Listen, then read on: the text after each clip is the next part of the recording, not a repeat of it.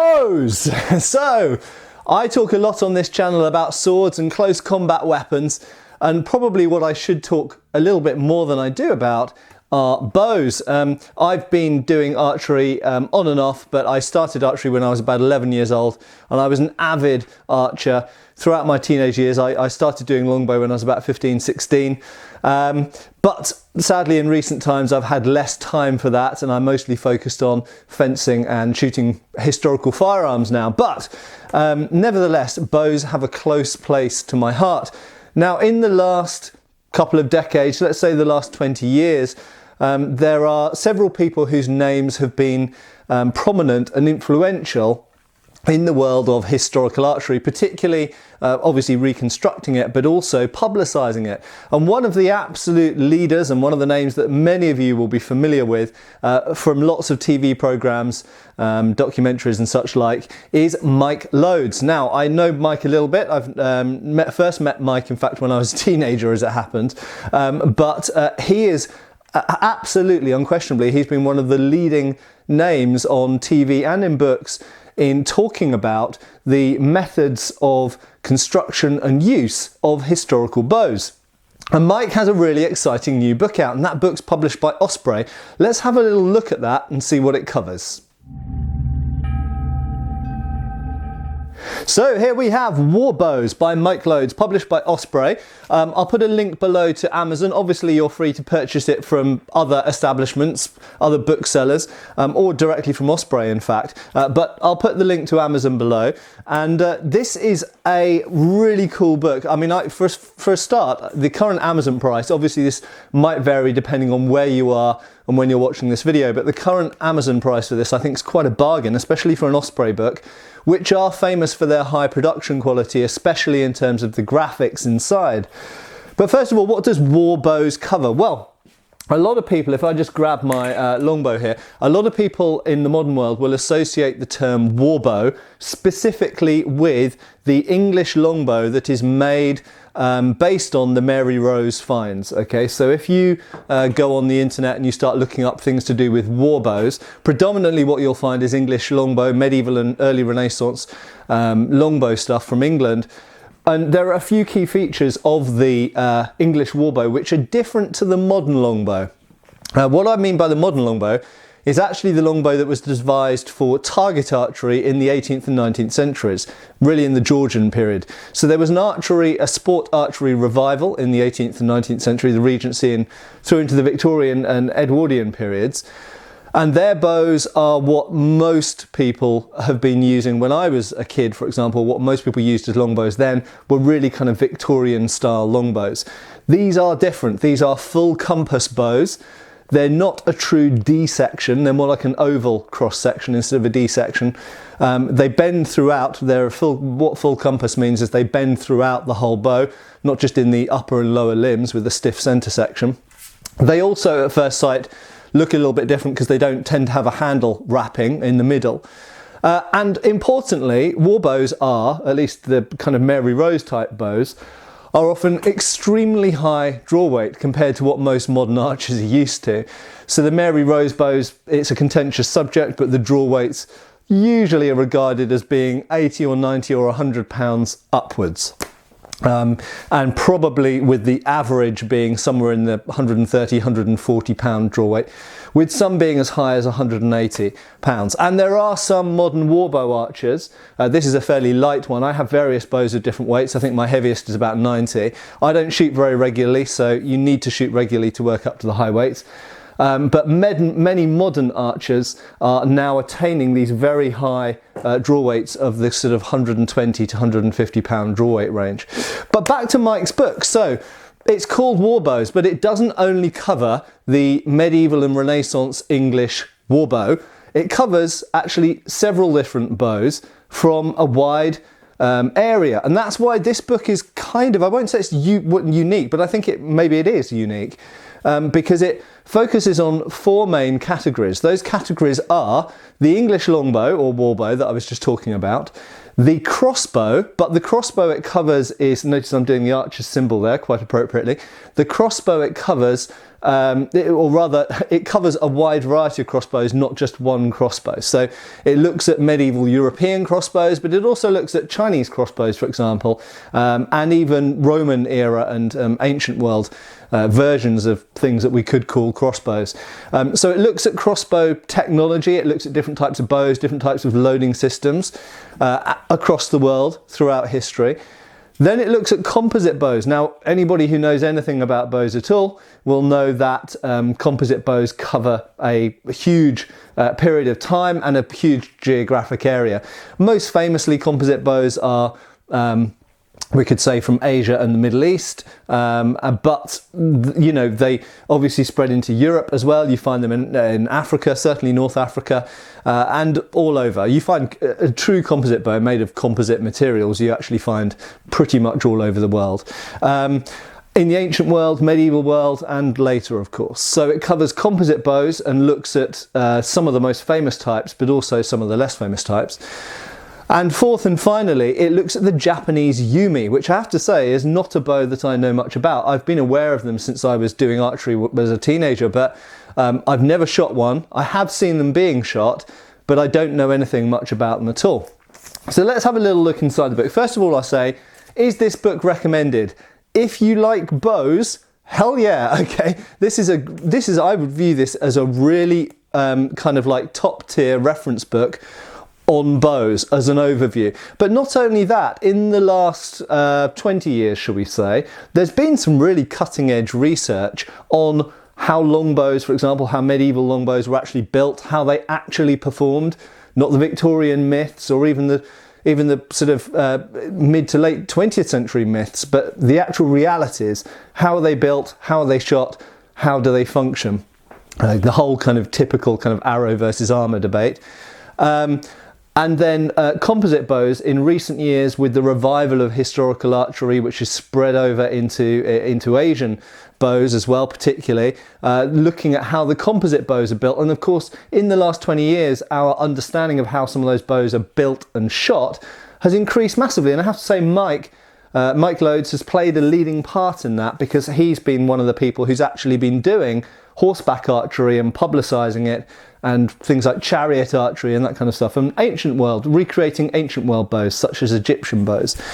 So let's have a little look inside. Now, this is an Osprey book, so the thing you have to remember is Osprey do graphics really well, okay? It's a fairly big book, as you see. It is hardback.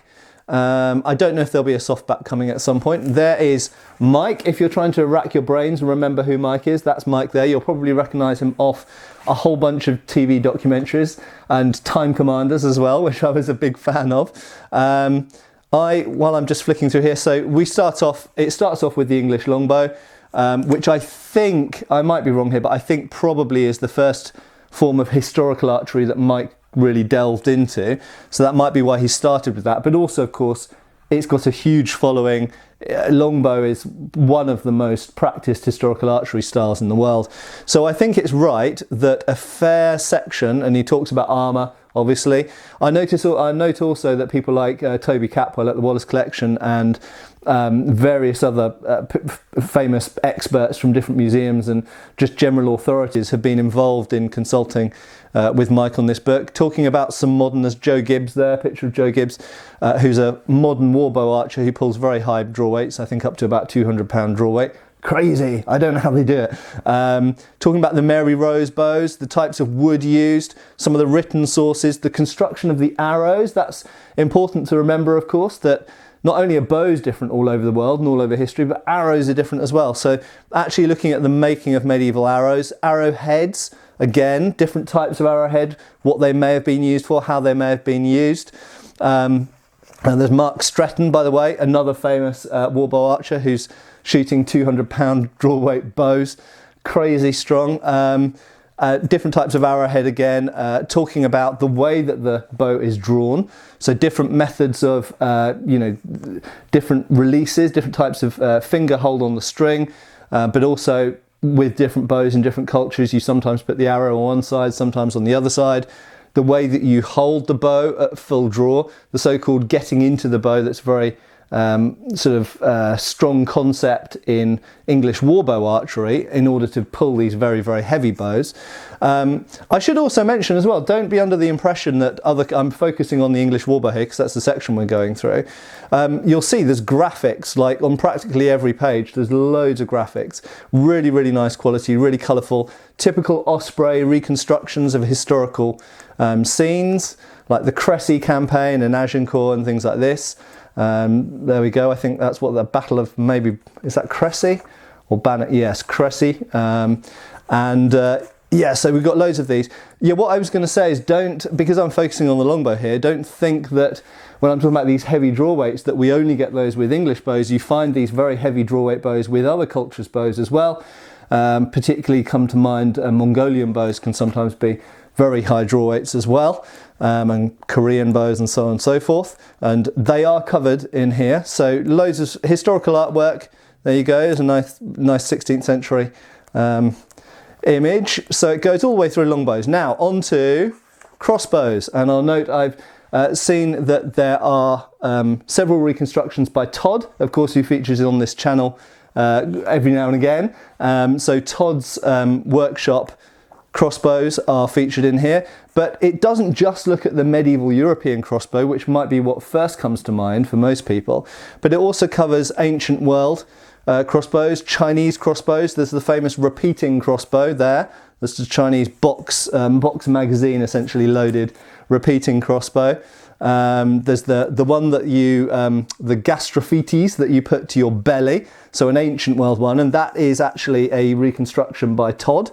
Right there, and we've got some Chinese images of different bows where you've got multiple bows powering the arrow or bolt.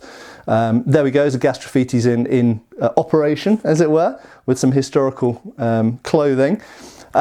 Different bow constructions, so looking at wooden, composite and steel bows, and then other things as well. Different loading mechanisms, so it has obviously crossbows, loading them is a big part of it. So looking at how were crossbows loaded, and also talking about how they were deployed in the field, because obviously reloading is slow compared to things like longbows and recurve bows. And so they have to be used somewhat more akin to a musket in some ways. There we go, all the way through. And eventually, look, there's loads on the crossbow. It's a massive section. So really, I mean, you get the feeling that the longbow and the crossbow have had a pretty strong representation in this book. I would say it's about half of the book, so maybe it's roughly equal on the four different bows, and then on to composite bows. But of course, the first section was just about the English warbow pretty much, and that's a fairly narrow period of time and certainly a narrow geography, just this little island. But the composite bow covers a huge period of time, huge geography, obviously. Asia and Asia Minor and North Africa, where the composite bow, and into Europe, Eastern Europe, where the composite bow is from, predominantly, almost famously, is a huge area of the world. But also note here, that is Mike, if we just zoom into the mic there, that is Mike shooting a Native American bow. So he talks about all composite bows. What is a composite bow, for anyone who's wondering? It just means a bow that's not made of one piece of wood, that it's made of multiple materials. So for example, wood in the middle, horn on the inside and sinew on the outside, known as the belly and the back. So composite bow is made of different materials essentially. And a composite bow can be recurved at the end, many of them are, or it doesn't have to be. So the composite bow section is really complex because it looks at all the different shapes of bow, how they look when they're unstrung, how they look when they're strung, and how they look when they're at full draw. Very, very complex. Obviously Turkish bows, some of the best bows that have ever been built, feature in here as well. Also, there's a little section on steel bows, which were popular in Indo-Persia, mainly India, but also Persia to some degree as well. So a very kind of interesting kind of aside, that steel bows were a thing, and they're dealt with in this book. So let's go through, and then we got on to chariot warfare, looking at Egyptian bows and the ancient world.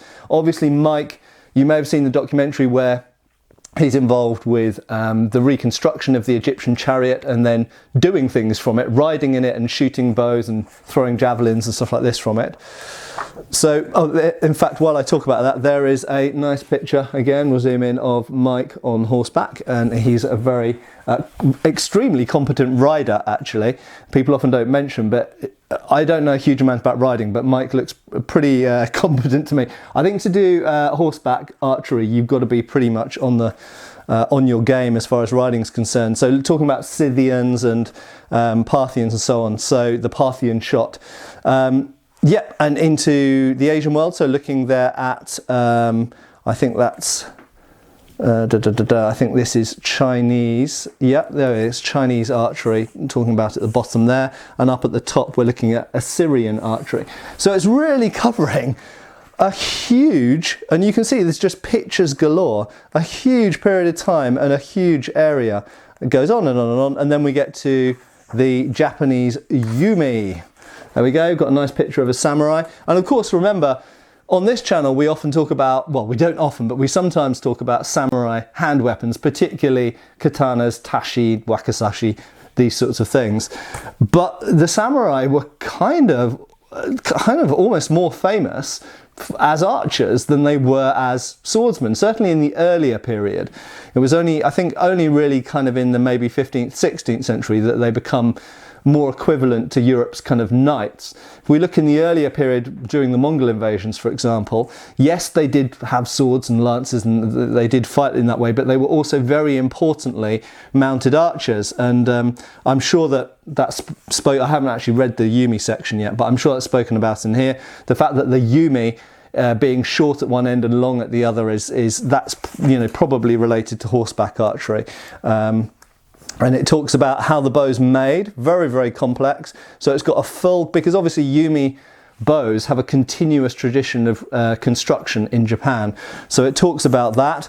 Then it gives you some history. And that's the other thing to say as well. This isn't just a book about bows and how they're made and how they're shot and what they do. It's also a history book.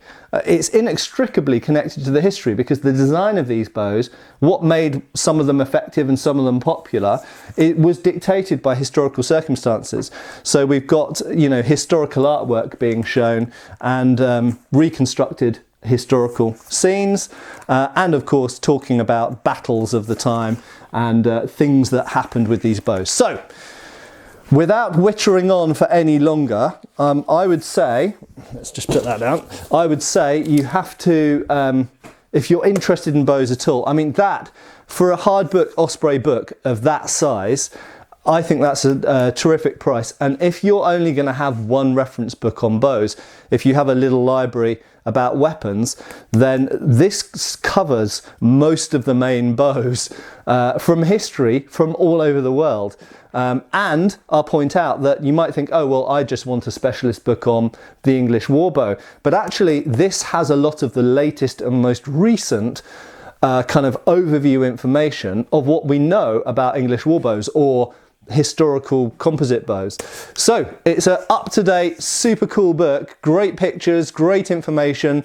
It's been vetted and fed into by some of the leading experts, both archers and academics in the world today. And of course, it's by Mike Loades, our favourite TV weapon historian. I don't know what his official title is, but he's Mike Loades, and there's only one of him. He's quite a unique guy and doing really good stuff and has been doing for decades now. So there we go, Warbows by Mike Loades, published by Osprey. Link below, or available from other sources as well. Thanks for watching this review, and I'll see you again soon for another video. Cheers, folks.